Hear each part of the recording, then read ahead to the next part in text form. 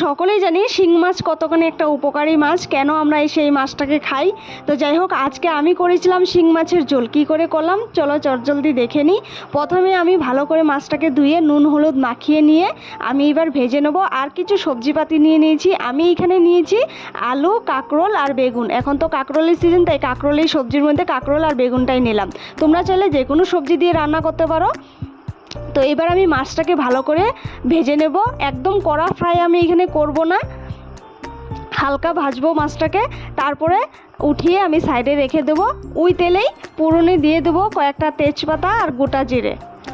তো এবার আমি সবজিপাতিগুলো যেগুলো কেটে রেখেছিলাম সেইগুলো দিয়ে দেবো।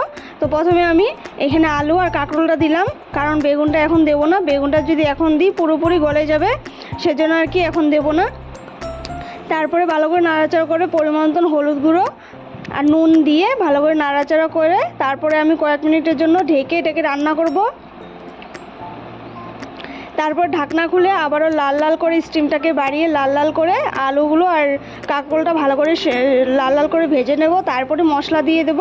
মশলাতে সেরকম কিছুই দিইনি, শুধু আদা আর একটুখানি জিরে আর কাঁচা লঙ্কা পেস্ট এই দিলাম। আর কোনো মশলা দিইনি, কারণ শিং মাছের ঝোল যেহেতু, তাই বেশি মশলা যাবে না। আর একটুখানি কালারের জন্য আমি মরিচের গুঁড়ো দিলাম, তোমরা না চাইলে নাও দিতে পারো। তো যাই হোক, ভালো করে নাড়াচাড়া দিয়ে এবার আমি কষিয়ে নেব।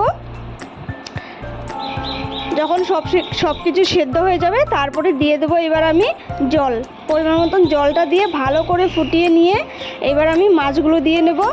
রান্নাটা কীরকম লাগলো অবশ্যই জানিও। যদি ভালো লাগে অবশ্যই লাইক করো, আর যেতে যেতে সাবস্ক্রাইবটা অবশ্যই করে দিয়ে যাও। নেক্সট ভিডিওতে অবশ্যই দেখা হচ্ছে। ভালো থেকো, সুস্থ থেকো, টাটা।